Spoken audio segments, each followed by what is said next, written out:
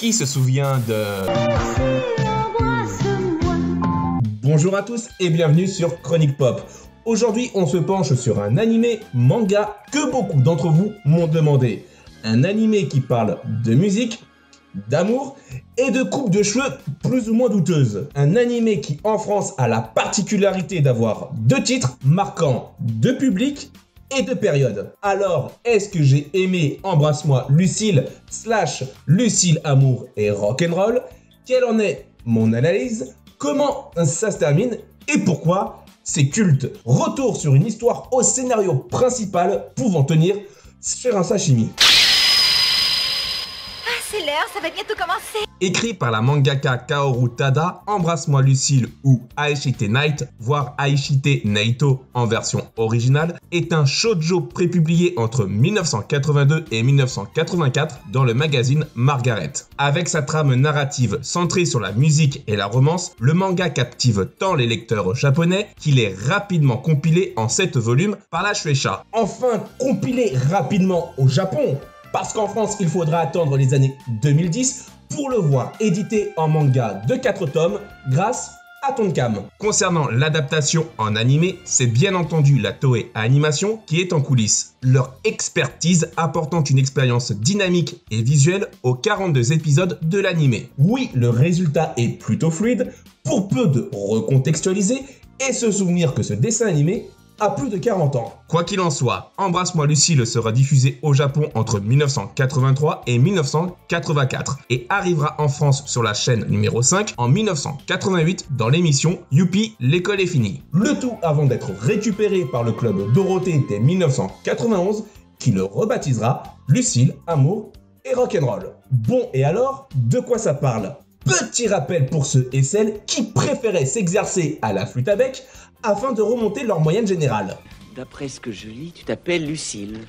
Hé, donne-moi ça, t'as pas le droit. Lucille est une jeune fille vivant avec son père veuf depuis sa naissance, Monsieur Duronchon. Suivant des cours du soir, Lucille aide son père la journée dans son restaurant appelé Le Mambo. Un restaurant typiquement japonais servant des okonomiyaki et qui, en français, deviendra une crêperie. Lucille, qu'est-ce que tu attends pour te mettre au travail? C'est pas ton jour de congé aujourd'hui. Un jour, alors qu'elle se rend faire des courses, Lucille tombe sur un petit garçon accompagné de son inséparable chat. C'est Benjamin et Roméo. Benjamin, je suppose que tu dois avoir faim. Oh oui. Voyant qu'ils sont affamés, elle les invite dans son restaurant sans savoir que son destin vient de changer. J'aime beaucoup le parfum de tes cheveux. Hein? En effet, Benjamin est le petit frère de Mathias, le chanteur du groupe rock montant, les Beehive. Les Beehive? Oh oui, je crois en avoir entendu parler. Ce n'est pas le dernier groupe de rock à la mode? Ah oui, c'est ça, et je peux te dire que le chanteur du groupe est vraiment très mignon. Un type que Lucille a rencontré par 2 fois et qu'elle semble avoir pris plaisir à gifler. Oh, tes sales pattes de là! Oh, ne te moque pas de moi! Mathias est par ailleurs un ami proche de Tristan, le pianiste du groupe des Beehive qui en pince tout autant pour Lucille qu'elle pour lui. Il est encore là. De quoi fortement déplaire au surprotecteur Monsieur Duronchon qui ne supporte pas de voir sa fille rentrer tard le soir ou de la voir fréquenter des garçons. Enfin, surtout s'ils ont des longs cheveux. Je déteste les garçons aux cheveux longs et je lui raserai le crâne s'il remet les pieds ici. C'est sale, vulgaire, provoquant et de plus, ça me donne la nausée. L'affection portée à Benjamin par Lucille et son père grandira dès lors à travers chaque épisode. Placé en loge principale, cela permettra à Lucille de se rapprocher de Mathias, d'avoir à choisir entre lui ou un Tristan courtisé par Marika, de materner Benjamin ainsi que son empoté de chat et d'assister aux conséquences du succès des Beehive. Wow, bordel! Lucille, Amour et Rock'n'Roll, l'animé qui a grandement influencé toute une partie de ma personnalité. C'est même quasiment un lavage de cerveau en règle. On n'y parle que de musique bien rétro, d'histoire d'amour, de relations humaines et de bouffe. Nous allons déjeuner. Oui! Ce sont celles que tu préfères? Il y a du pain, du lait et du jambon dans le réfrigérateur. Non, moi je veux de la viande à un œuf. Papa fait le meilleur jambon aux œufs de tout le pays. Moi j'ai faim, moi. Est-ce que tu m'invites à dîner? Dans un restaurant italien. J'en voudrais 2 parts, monsieur, s'il vous plaît. Que se passe-t-il? Le restaurant est fermé? Oh! Voilà, et bon appétit. Bref, que des thèmes que j'affectionne. Et le tout dans un pur décor japonais qu'on nous a pourtant vendu comme français. Mais ça, on en parlera un peu plus tard. Lucille, Amour et Rock'n'Roll, ce n'est pas qu'un défilé de types ayant plus de cheveux que j'en aurais jamais, c'est une pure exploration de thèmes populaires.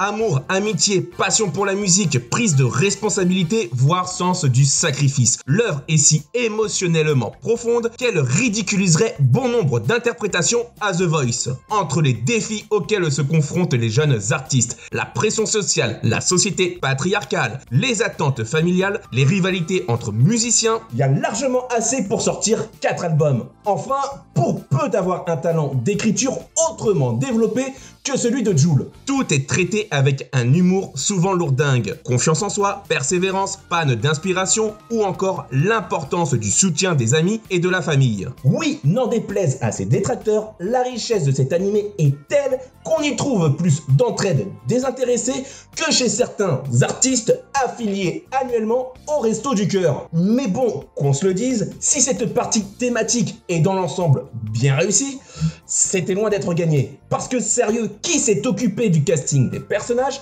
et de leur chara-design? C'est encore plus mauvais que celui de Plus belle la vie. À commencer par l'héroïne de l'histoire, Lucille ou Yaeko en japonais. Aussi discrète que réservée, elle personnalise la jeune femme japonaise soumise. Je suis en pleine forme aujourd'hui. Je vais laver le linge de la maison. Cumulant les rôles, elle aide son prochain, entretient la maison, travaille au resto, suit les cours du soir, soutient son mec ou materne encore l'insupportable Benjamin. Et tout cela alors que ce n'est qu'une lycéenne immature Dis donc, tu veux que je t'aide? allant finir par prendre conscience qu'à un moment donné, il faut devenir adulte. Papa a raison, je suis une petite écervelée. Je dois me conduire comme quelqu'un de responsable. Et ce, même si cela doit commencer en affrontant son père ou se décider à enfin choisir entre ces deux prétendants. Mathias est un jeune homme très égoïste. Penses-tu, ils se ressemblent tous? Tristan n'est pas comme ça, lui au moins. Lucille, comme si tu y connaissais quelque chose à cette bande de chevelus. Le premier, c'est Tristan, le fils de bonne famille pété de thunes qui roule en cabriolet, explose les compteurs de vitesse à moto. Tu sais, je n'ai vraiment rien fait pour cela et je ne m'en vante pas. Et claque tous les jours un SMIC pour des roses. Oh, c'est pour moi, merci Tristan. Avec sa perruque permanentée à la Louis XIV, il est amoureux de Lucille et sent qu'elle lui échappe. Je ne veux pas te répondre maintenant. Alors attends encore un peu. Au revoir. Tristan attend même tellement une réponse qu'à un moment donné, il lâche l'affaire et se laisse séduire par Marika. Attends-moi, Marika. Une autre adepte de vitesse. De quoi promouvoir à eux deux un super spot pour la sécurité routière.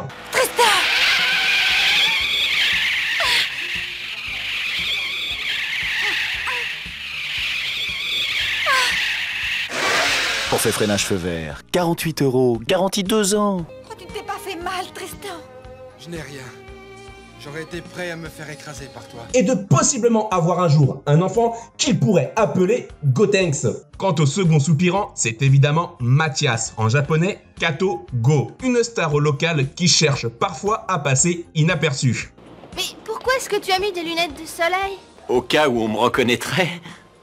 Non mais sérieux, comment des lunettes de soleil peuvent arriver à cacher une couleur de cheveux Malabar Bigou? Regarde la couleur de ses cheveux. Ah mais oui, tu as raison, c'est lui, c'est le chanteur de rock. Bref, entre ses études, l'écriture des chansons, les répétitions et ses romances, Mathias a un emploi du temps chargé. Et ce, sans parler du fait qu'il s'occupe de son petit frère Benjamin parce que leurs parents sont morts. Ça a toujours été lui qui s'est occupé de Benjamin, jouant le rôle du père et de la mère. Bon, même si, visiblement, il le fait de façon musclée à la maison. Sans doute une attitude à adopter extraite du catalogue stéréotype des rockstars. Mathias porte un blouson en cuir, Mathias dandine sur scène, Mathias est harcelé par des groupies. Oh mon Dieu, Mathias chérie. Attends, ne t'en vas pas, Mathias. Mathias touche des groupies. À bientôt. Tu as vu, il m'a touché. Mathias aime Lucille, Mathias fume, Mathias boit sur scène. Alors les gars, un petit coup avant de commencer? Oh non, non, tu ne devrais pas boire. Mathias cuve sa binouse. Salut. Excusez-moi, hein. Allez, on y va. On va faire un malheur. Mathias est sadomasochiste. Lucie, quel joli prénom. Et enfin, Mathias refourgue Benjamin à Lucille et Duronchon pour s'en débarrasser et partir en tournée avec ses potes. Mais bien entendu, vous savez que c'est un plaisir de garder Benjamin. Tiens, profitons-en pour parler de monsieur Duronchon, Mitamura Shigemaro en japonais, et la figure du père traditionnaliste qui a le sens du compliment. Je n'arrive pas à comprendre, il réfléchit aussi souvent qu'il va chez le coiffeur. C'est normal, je suis ta fille, papa. Cesse de me le rappeler à chaque instant, tu veux? Et je passerai ma vie à faire le ménage et la cuisine. Comment oses-tu me parler? Il n'y a pas de honte, toutes les femmes le font, ça fait partie de leur rôle. Duronchon besogne tant que lorsqu'il sort de son restaurant, c'est seulement pour aller rechercher Benjamin. À propos, où est passé Benjamin? Mais c'est vrai ça, je ne l'ai pas vu depuis ce matin. Incapable de s'adapter à son époque et englué dans ses chansons populaires, Duronchon doit même se fader des piliers de bars qui boivent du saké du matin jusqu'au soir. Des clients qui se sentent tellement chez eux qu'ils finissent par répondre au téléphone, voire flirter ouvertement avec Lucille. Nous pensions que tu avais grandi et que tu étais très jolie. Tu ne trouves pas qu'elle est jolie, Lucille? Ah ouais, je boirais bien une bière si Lucille me la sert. Oui, Duronchon est autoritaire, mais seulement en apparence. Il est même si tendre que des chevelus l'incitent à un concours de binge drinking, Papa ne supporte pas très bien l'alcool, essayons de l'envoyer se coucher rapidement. encouragé par un gosse de 5 piges.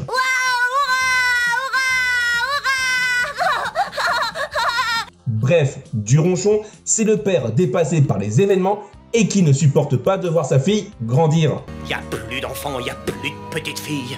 Oh.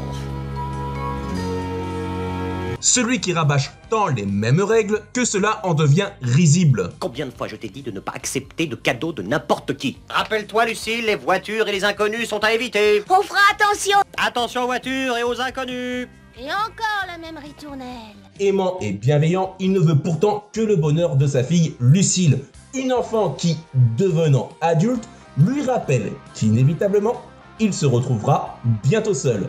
De quoi se raccrocher à Benjamin. Mais si, Lucille, Benjamin est comme mon fils maintenant, tu le sais très bien. Ah, ce Benjamin. Vous savez. Où es-tu, Benjamin? Qu'est-il arrivé à Benjamin? Benjamin. Oui, c'est un garçon de ma taille avec les cheveux d'une couleur très spéciale. Comment ça va tout le monde? Tout baigne? Sérieux, entre lui et son chat, je ne sais même pas lequel est le plus insupportable. D'abord, on a Benjamin, un enfant plus actif que Big Brother qui traîne dans la rue, rôde dans les décharges et squatte n'importe où chez les gens. Et quand je dis n'importe où, c'est vraiment partout. Pourquoi tu as deux bosses là? Tu ne sais pas? Toutes les filles ont ça quand elles grandissent. Oh oui, je comprends. Tu as une belle poitrine. C'est simple, dès qu'il se passe quelque chose, Benjamin est dans les parages. Il est même au chevet d'un lit d'hôpital pour une femme qu'il connaît à peine. Et je vous laisse deviner comment cette pauvre femme s'est retrouvée dans cet état. Attention, Benjamin! Benjamin, c'est les 7 plaies d'Égypte contenues dans un corps d'enfant. Le gamin qui prend ses décisions en consultant l'horoscope d'une Game Boy offerte par Lucille. Oh non, ce n'est pas mon jour de chance aujourd'hui. Waouh! Regarde, t'as vu, ça peut marcher entre eux. Le petit démon qui, en compagnie de sa copine Elisabeth, est plus efficace qu'une appli de rencontre pour vous caser en couple. Je me demande si Lucille ne préfère pas Tristan à Mathias. Oh, là est la question. En même temps, dès le début de l'animé, on était prévenu. Oui, très clairement, si on cherche la définition du mot attachant dans un dictionnaire, c'est probablement sa photo qu'on trouvera. Oui, il faudrait mettre une balise GPS à ce gosse pour le géolocaliser. Et oui, ce gosse ferait une excellente campagne pour l'avortement, tellement il est agaçant. Enfin, Benjamin, qu'est-ce que tu as encore inventé? Mais cela serait oublier la raison principale à ces troubles du comportement. Benjamin essaye simplement de trouver de l'amour, Je veux voir Mathias.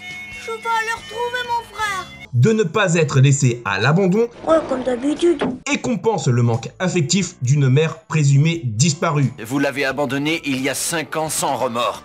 Et ce, quitte à faire de Lucille une mère de substitution, Voilà pourquoi maintenant Lucille est devenue ma maman. d'accepter n'importe quoi de n'importe qui, Je ne te veux aucun mal, j'ai une surprise pour toi. ou de partir avec sa véritable génitrice simplement parce qu'elle l'aura influencé en l'achetant. Je me sens comme un petit prince avec tout ça. Et ce, après quasi l'avoir kidnappé. Benjamin est donc l'innocent tout autant paumé que son chat psychologiquement instable recueilli dans la rue. Mathias, regarde, tu as vu comme ce chat a l'air triste? Oui, Roméo, c'est lourd. Et je ne parle pas forcément de son poids. Qui est ce Roméo? Ah oui, je sais, c'est affreux chat, n'est-ce pas? Il a l'air vraiment très lourd, ce matou. T'es vraiment énorme et laid. Ton chat, il est très bizarre, il a un drôle de regard. Moi, je l'aurais appelé Lucifer, on dirait la réincarnation du diable. Roméo, c'est le chat qui boufferait toutes les gamelles à la SPA. Il ne pense qu'à manger. Il en devient même si obèse que Benjamin le porte quasi tout le temps. Dépêche-toi, Roméo, plus vite! Et qu'il est incapable de tenir un 100 mètres à la course sans se faire dépasser par des êtres humains. Vous avez déjà certainement essayé d'attraper un chat qui ne voulait pas l'être. Et si toutefois vous y êtes parvenu, vous savez déjà ce qui vous attend. Super chat!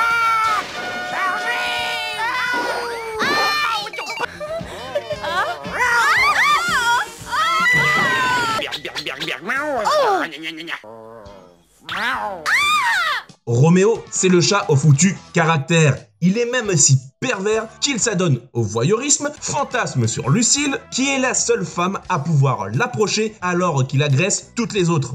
Une misogynie résultant d'une déception sentimentale pendant son enfance et une agressivité liée à son passé de chat errant. Écoute, il n'y a pas que Tristan et Mathias dans ce groupe, hein?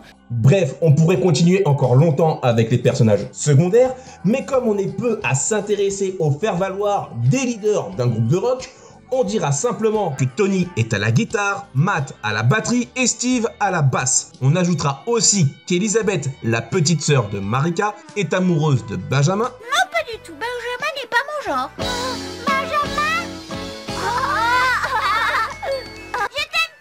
Qu'elle prend constamment sa défense et se conduit bien souvent comme la plus adulte de tous. Bon, même si cela passe par des caprices, des pleurs, voire de la manipulation. Ok, bon, ça va, j'ai compris, je vais t'accompagner. Voilà. Vrai? Sûr? Promis. Sérieux, elle est même tellement avancée pour son âge qu'on assiste à ce genre de scène alors qu'elle est encore en grande section de maternelle.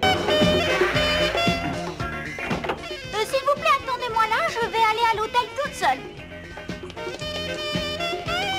Mais avant de conclure sur le dernier point de l'analyse basée sur la musique et le problème de l'adaptation française, je vous laisse m'indiquer dans les commentaires le personnage qui vous a le plus marqué et pourquoi. Maintenant, concernant le traitement de l'ambiance musicale, autant l'avouer, cette qualité. Oui, un traitement tout particulièrement soigné a été apporté à l'ambiance musicale. Enfin, pour peu qu'on se souvienne qu'on parle de musique des années 80. Tout d'abord avec le choix de composer spécialement des chansons originales pour quelques épisodes, un dispositif repris ultérieurement par Krimi. Ensuite avec le choix de Nozomu Aoki à l'écriture des paroles des chansons et du compositeur Joe Hisaishi, le compositeur des musiques d'Hayao Miyazaki. Et enfin, scéniquement, si les Beehive ont plus d'aura qu'un boys band nommé Quadricolor, c'est tout simplement parce qu'ils ont subi l'influence d'un groupe mineur nommé Queen. Mathias endossant les fringues et attitudes de Freddie Mercury, Tristan la chevelure de Brian May et les autres musiciens s'inspirant de John Deacon et Roger Taylor. Oui, musicalement, à mon sens, tout est bien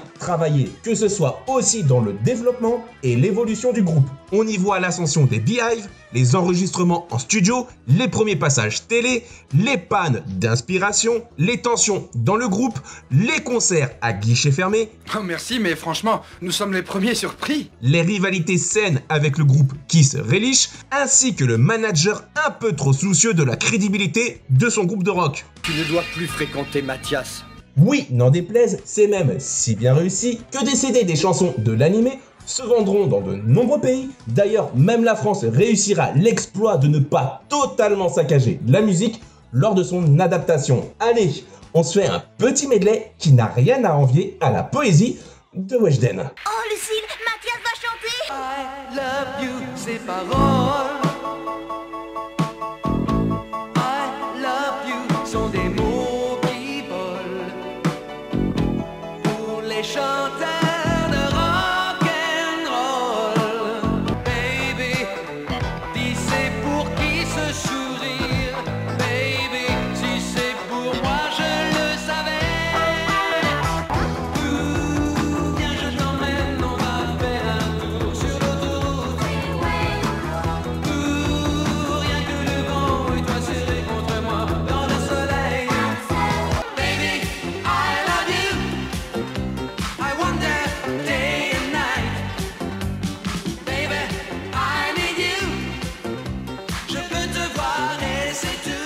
as dit quelque chose?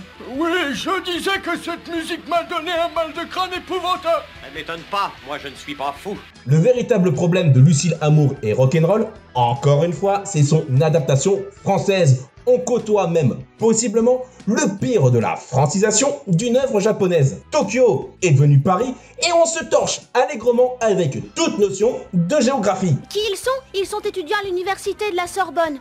Aujourd'hui, ils jouent à la Grande Halle de la Villette. Tu ne peux pas ne pas connaître. Le concert d'adieu des Beehive se déroulera place de la Nation. Et après une très longue absence, nous sommes heureux d'être à Bercy avec vous.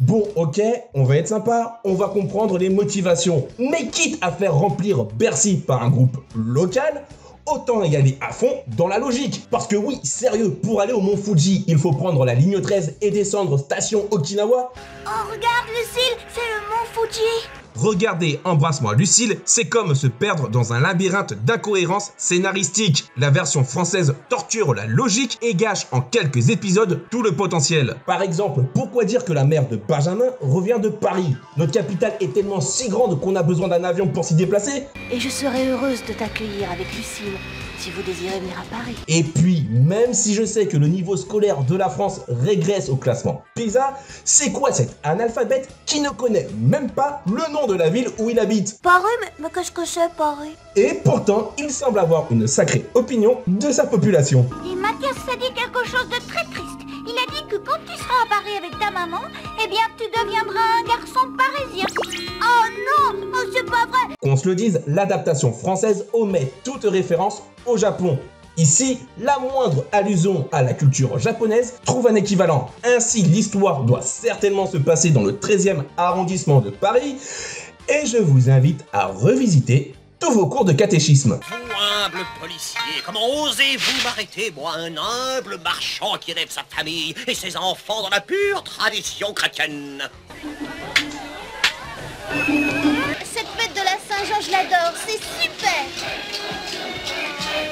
Tiens, et au passage, je me demandais, lorsque vous allez dans une crêperie, vous tombez fréquemment sur leur cuisinier en tenue traditionnelle japonaise? Oh, quel toupet, je ne vais pas me laisser manquer de respect par ce vaurien. Mais bordel, quitte à faire une adaptation purement française, autant y aller à fond, faites au moins un effort de logique, foutez un drapeau breton, il y en a partout sur cette planète, j'en ai même vu un à Odaiwara. Ne dis pas n'importe quoi. Qu'on se console, car les Espagnols aussi ont adapté Bessami Licia à leur coutume locale. Mais j'ose toutefois espérer que Manuela, la meilleure amie de Lucille, la connaît vraiment bien. Papa, est-ce que tu te souviens de Manuel? Nous étions ensemble à l'école primaire. Parce que chez nous, elle l'appelle 3 fois de suite dans le même épisode. Bonjour Alice. Et j'espère aussi, sincèrement, que les Espagnols sont bien meilleurs que nous en conversion monétaire. Car oui, Tristan, vous vous souvenez, le fanatique des roses, vous savez combien il les achète? Tenez, voici 500 francs. Au revoir madame, merci beaucoup. 500 balles à l'époque, c'est plus de l'inflation, c'est du racket. Inutile de rappeler le scandale que Gainsbourg a provoqué à la même époque en brûlant un Pascal. De toute façon, c'est que des gosses. Pourtant, le jeu des acteurs dans le doublage est quand bien souvent de qualité. Mathias a même le privilège d'avoir 2 voix différentes qu'il interprète. Pour la partie parlée, c'est Pierre Laurent qui s'en occupe et il deviendra plus tard une voix secondaire des Simpsons. Parfaitement. Pour la partie chantée, en revanche, c'est Jean-Claude Corbel qui a un CV intéressant puisqu'il a représenté la France à l'Eurovision en 1980 avec son groupe Profil. Avant de doubler plus tard certains personnages Disney comme le fou dans La Belle et la Bête. À leur côté, pour doubler Benjamin, c'est Marie-Laure Beneston, la même actrice à qui l'on doit la quasi-totalité des voix féminines dans South Park. Dans le casting des doubleurs, on trouvera aussi Patrick Guillemin qui deviendra la voix de Daffy Duck, Taz, Sylvestre le Chat ou Ned Flanders. C'est dégueulasse. Abruti, vous pouvez donc rien faire de propre. Vos infractions répétées au code de moralité du langage m'ont contraint à prévenir les services de police de San Angeles. Enfin, quant à Roméo et Tristan, c'est bel et bien le même acteur qui les double, à savoir Stéphane Godin, la nouvelle voix de Bruce Willis depuis la disparition de Patrick Poivet. Youpi-ki-ray. Et nous on a rajouté pauvre con. Donc oui, le casting des doubleurs était plutôt prometteur. Mais bordel, qui encore une fois de plus peut m'expliquer ce qui se passe pendant la pause clope d'une séance de doublage. Parce que oui, je ne vous ai pas encore parlé de Scheller, un personnage qui rappelle que le eyeliner, à l'époque chez les chanteurs, c'était tendance. Le problème avec Scheller n'est pas qu'on a l'impression qu'il veut se taper un plan à 3 avec Mathias. Salut Mathias, dis, est-ce que tu as une petite amie? Elle n'est pas ici ce soir. Tu sais, je trouve que tu as une très belle voix. Et puis je suis un de tes grands admirateurs, je te trouve formidable. Ou qu'il cherche à le provoquer en manquant ouvertement de respect à Lucille. Non, le principal souci reste l'évolution de sa voix. Car comment on passe de ça Mais si tu voulais bien que je prenne ta main à ça? Alors je dois garder mon grand amour pour toi.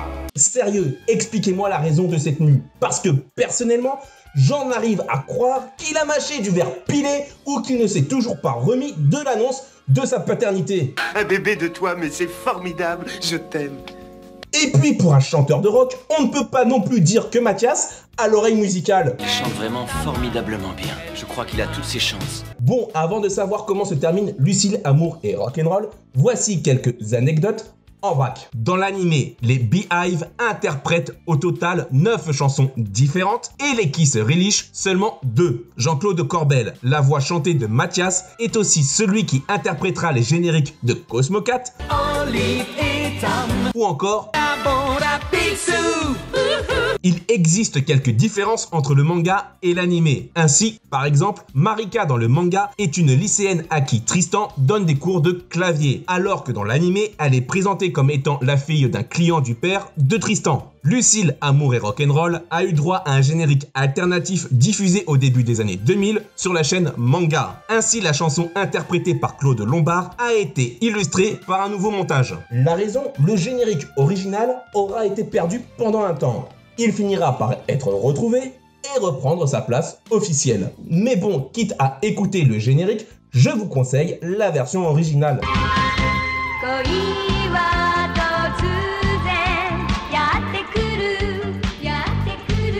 À propos du générique, si les cheveux de Lucille sont blonds, c'est par respect du manga. Le changement de couleur est intervenu par la suite, une fois le générique réalisé, simplement parce que le chara designer l'avait décidé. En Italie, l'anime a connu un tel succès qu'ils en ont fait un live action réalisé dans les années 80. Ça s'appelle Love Me Licia et il y a 145 épisodes. Dans la version originale, la voix de Lucille est interprétée par Mitsuko Orie, actrice et chanteuse notamment du générique original de Candy Candy. Elle est si populaire qu'elle a été reçue comme une personnalité politique lors d'un concert aux Philippines. Bon, maintenant qu'on a dit tout cela, comment se termine Embrasse-moi Lucille? C'est simple, Mathias demande la main de Lucille avant de partir en tournée en Amérique avec les Beehive. Quoi? Aux États-Unis? De quoi bien agacer son futur beau-père qui est toujours contre cette relation. Du moins, dans un premier temps, car il ouvrira une porte en demandant à Mathias de choisir entre la musique et sa fille. Ce qui lui donnera une réponse surprenante. Pardon? J'abandonne le rock. Évidemment, la fin ne peut pas s'arrêter ainsi. Benjamin décide de s'en mêler et pour cela, il disparaît. Encore. Benjamin, où es-tu? Réponds! Duronchon le retrouve et Benjamin lui pose quasi un ultimatum. Soit Duronchon accepte le mariage et il rentre, soit Duronchon refuse et il reste dans son tuyau. Duronchon explique dans un premier temps la raison à son refus, puisqu'il a besoin de Lucille auprès de lui. Puis il finira par céder. Pour de vrai? Oui, pour de vrai. Allez, il faut rentrer maintenant. Ah oui, tonton! Mathias pourra épouser Lucille à son retour de tournée. Dans 6 mois. Benjamin restera donc avec Lucille et son père pendant cette période. Benjamin, tu seras comme mon fils, tu ne me quitteras plus. Et Mathias s'envolera avec son groupe. Ah oui. Lucille, quand tu seras mariée avec Mathias, je t'appellerai maman. Si tu veux, c'est sûr que je serai comme ta maman. On ajoutera aussi que Manuela épouse Tony et que Tristan demande Marika en mariage. Ah, le romantisme des fictions. Tous ces rockers au cœur tendre et ces femmes totalement naïves. Parce que oui, nous, dans la réalité, on a une petite idée de comment se déroule réellement une tournée pour des rockstars. Après plus de 40 ans d'existence, Embrasse-moi Lucille est devenu culte, non seulement pour ses défauts, mais aussi parce qu'il est l'animé manga vestige de toute une période musicale dont il a respecté l'esthétique. Pionnier à avoir exploité le thème musical dans l'animation, son impact, pour moi, pourrait même s'apparenter à celle de Flashdance ou Footloose, sorti à la même époque. Contribuant à populariser le genre du shoujo, Lucille Amour et Rock'n'Roll va même plus loin. Par ses chansons devenues pour certaines des classiques de l'animation japonaise, l'œuvre a été une porte d'entrée vers la J-pop, voire même, de façon inconsciente, la source d'inspiration à une série AB populaire parlant de musique, d'amour et de claviéristes chevelus. Alors, est-ce que j'ai aimé Lucille Amour et Rock'n'Roll ? La réponse n'est pas catégorique. Oui, le message est positif et oui, il a certainement influencé bon nombre de spectateurs à se lancer à la conquête de la musique. Mais il est pourtant, toutefois, inutile de regarder les épisodes en VOST pour comprendre que les rebondissements sont encore plus téléphonés que le nombre d'appels passés dans l'animé. Est-ce que je peux utiliser votre téléphone? Mais certainement, oui. Tu appelles chez toi, j'espère. Non. Oh mon Dieu, le téléphone. Allô, oui, c'est ici, je suis Marika. Oui, c'est Manuela. Ah, bonjour Manuela. Salut Lucille, je suis dans une cabine près de la gare. Qui c'est qui parle? Allô, le mambo? Il y a aussi quelqu'un que j'aimerais te présenter. C'est Kuma à l'appareil. Oui, Marie à l'appareil. Mais qu'est-ce que tu dis? Tu sais, je vais partir à Paris très bientôt. Pardon? Demain. Qu'est-ce qui te prend de partir sans m'en parler? Tu exagères. Écoute, ne t'inquiète pas pour la tenue, parce que j'ai tout ce qu'il faut chez moi. Ça suffit, ne vous permettez plus de téléphoner. Vous m'avez compris? N'en parlons plus. Allez, amuse-toi bien. Qui c'était encore au téléphone? C'était encore un de ces chevelus. Lucille Amour et Rock'n'Roll en version française, c'est comme tous ces vieux chanteurs qui ont mal vieilli et qu'il ne faut surtout pas exhumer. Ça nous rappelle que nous écoutions des 33 tours, que les téléphones étaient filaires et que surtout, nous étions parfois aussi ignares que Benjamin. Oh non, je voulais savoir ce que c'était que la Saint-Jean.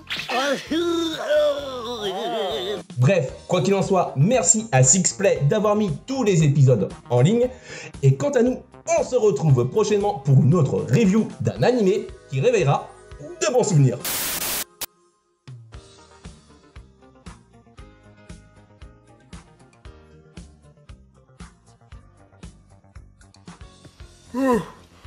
Moi aussi je vais rentrer, ça va être un peu dur avec tout ce que j'ai bu.